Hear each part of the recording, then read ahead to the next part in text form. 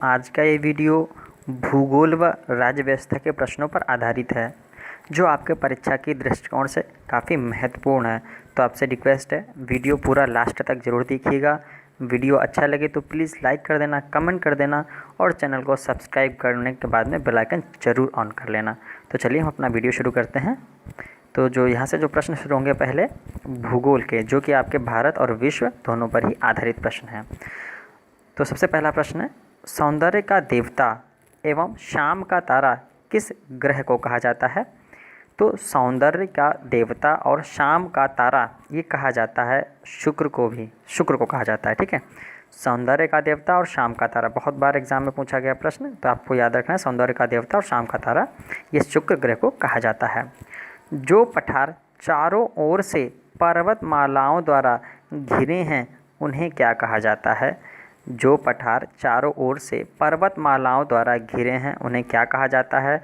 तो उनको कहते हैं अंतरा पर्वतीय पठार। उन्हें क्या कहते हैं? अंतरा पर्वतीय पठार, जो पठार चारों ओर से पर्वतमालाओं द्वारा घिरे होते हैं। चलिए अगला प्रश्न देख लेते हैं। विश्व की सबसे तेज बहने वाली महासागरीय जलधारा। तो विश्व की सबसे तेज जो बहने वाली महासागरीय जलधारा है वो है gulf stream. Next,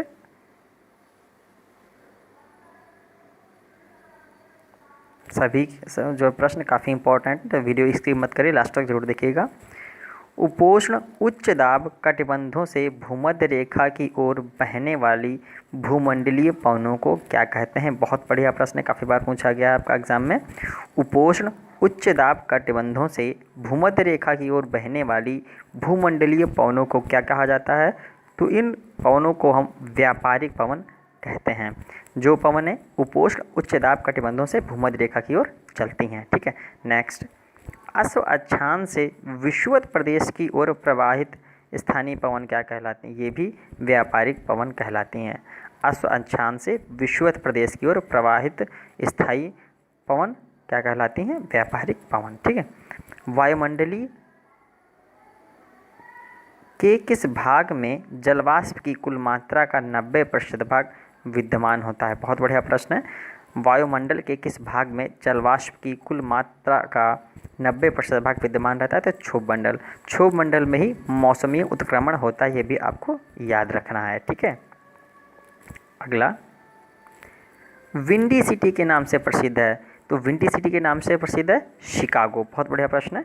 Jammu Kashmir राज्य का वह हिस्सा जिस पर चीन का अधिकार है क्या कहलाता है? तो इसे कहते हैं अक्साई चीन, मतलब अक्लाई चीन भी कभी कभी आता है, तो कंफ्यूज मत होइएगा। तो जम्मू कश्मीर का राज्य का वह हिस्सा जिस पर चीन का अधिकार है वो है अक्लाई चीन। चलिए नेक्स्ट, भारतीय उपमहाद्वीप मूलतः एक विशाल भूखंड का भाग है जिसे कहा जाता है। बहुत बढ़िया प्रश्न है, काफ़ी बार पीसीएस के ही एग्जाम में पूछा गया है। तो इसे कहते हैं गोंडवाना लैंड। भारतीय उपमहाद्वीप मूलतः एक विशाल भूखंड का भाग है जिसे कहते हैं गोंडवाना लैंड। चलिए नेक्स्ट,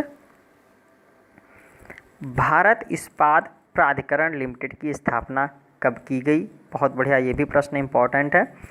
भारत इस्पात प्राधिकरण लिमिटेड की स्थापना कब की गई? तो ये की गई थी 1974 में। सीमेंट उत्पादन में भारत का विश्व में स्थान कौन सा है? तो सीमेंट उत्पादन में भारत का जो विश्व में स्थान है वह दूसरा है। औद्योगिक विकास की दृष्टि से उत्तर प्रदेश का कौन सा क्षेत्र सर्वाधिक विकसित हुआ है? तो यह है पश्चिमी उत्तर प्रदेश। जो भी यूपी के एग्ज़ाम है उनके लिए काफ़ी महत्वपूर्ण बन जाता है ये प्रश्न। चलिए अगला, भारत में कौन सा राष्ट्रीय पार्क सर्वप्रथम स्थापित किया गया? तो ये जिम कॉर्बेट नेशनल पार्क। ठीक है, भारत में कौन सा राष्ट्रीय पार्क सर्वप्रथम स्थापित किया गया? कॉर्बेट। काली मिट्टी किस फसल के लिए उपयोगी है? तो काली मिट्टी कपास के लिए। बहुत अच्छा प्रश्न है। भारतीय भूवैज्ञानिक विभाग ने किस राज्य में सोने के वृहद भंडार का पता लगाया है? तो राजस्थान। चलिए नेक्स्ट, विश्व आर्द्रभूमि दिवस के अवसर पर किस राज्य ने फ्लोटिंग ट्रीटमेंट वोरलैंड की शुरुआत की है? तो तेलंगाना। विश्व आर्द्रभूमि दिवस के अवसर पर किस राज्य ने फ्लोटिंग ट्रीटमेंट ओवरलैंड की शुरुआत की है? तो तेलंगाना राज्य ने। विश्व इस्पात संघ द्वारा जारी की गई नवीनतम रिपोर्ट में भारत को विश्व में कौन सा सबसे बड़ा कच्चा इस्पात उत्पादक देश बताया गया है? तो इसका स्थान है भारत का तीसरा।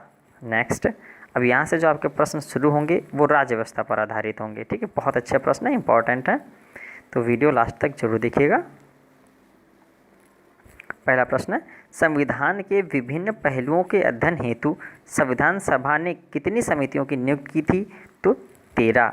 संविधान के विभिन्न पहलुओं के अध्ययन हेतु संविधान सभा ने कितनी समितियों की नियुक्ति की थी? 13। अंतर्राष्ट्रीय शांति और सुरक्षा संविधान के किस अनुच्छेद से संबंधित है?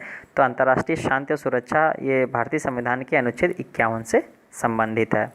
चलिए नेक्स्ट, संघ लोक सेवा आयोग के सदस्यों की संख्या को निर्धारित करने की शक्ति किसको प्राप्त होती है? तो राष्ट्रपति को। प्रश्न फिर से देख लीजिए, बढ़िया है। संघ लोक सेवा आयोग के सदस्यों की संख्या को निर्धारित करने की शक्ति किसको प्राप्त होती है? राष्ट्रपति को। किस राज्य में पंचायती राज व्यवस्था सर्वप्रथम लागू की गई थी? तो राजस्थान, अक्टूबर 1959 में। उसके बाद आंध्र प्रदेश में लागू हुई थी। अगर दूसरा राज्य पूछा जाए, पहला पूछा जाए पंचायती राज व्यवस्था, तो राजस्थान, अक्टूबर 1959 में। ठीक है, नेक्स्ट, भारत में पहली बार महिलाओं को मताधिकार कब प्राप्त हुआ है? तो 1926 में। भारत में पहली बार महिलाओं को मताधिकार कब प्राप्त हुआ है? 1926 में। संविधान के अनुच्छेद 263 के अंतर्गत अंतर्राज्यीय परिषद की स्थापना किसने की थी? तो राष्ट्रपति ने। भारतीय संविधान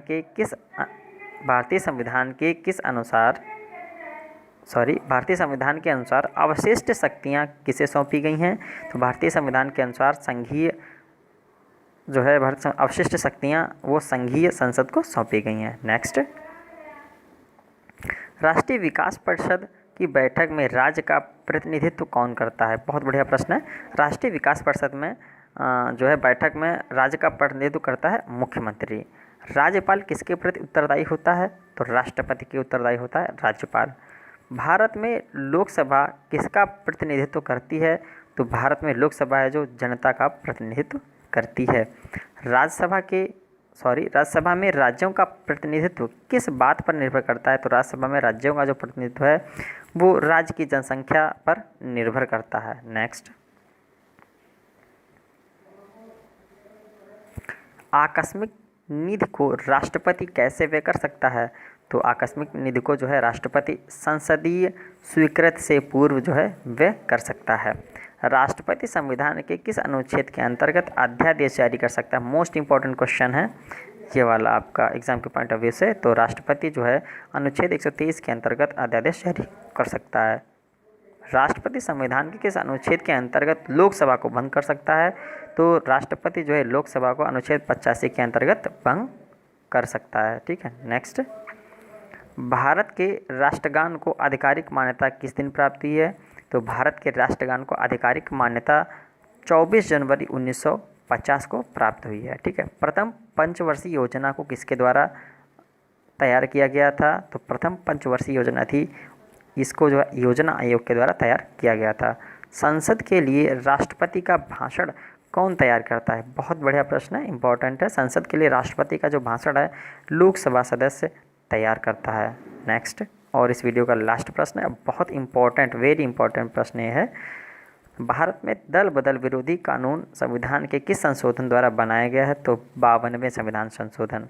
भारत में दल बदल विरोधी कानून संविधान के किस संशोधन द्वारा बनाया गया? तो 52वें संविधान संशोधन के द्वारा। तो दोस्तों, ये वीडियो आपको कैसा लगा प्लीज़ कमेंट करके ज़रूर बताइए। हम आपके लिए इतनी मेहनत करते हैं, तो प्लीज़ आप अपना वोट ज़रूर दीजिए। अगर आप इस वीडियो को देख रहे हैं, वो प्रश्न अच्छे लगें तो प्लीज़ वीडियो को लाइक कर दीजिए, और नहीं अच्छे लगें तो प्लीज़ वीडियो को डिसलाइक ज़रूर कर दीजिए, क्योंकि हमें आपका वोट जो है बहुत मायने रखता है। तो अपना वोट ज़रूर करिए। अगर कोई भी इम्प्रूवमेंट चाहते हैं हमारे वीडियो में लेके, कोई भी शिकायत है सुझाव है, तो प्लीज़ कमेंट जरूर करिए।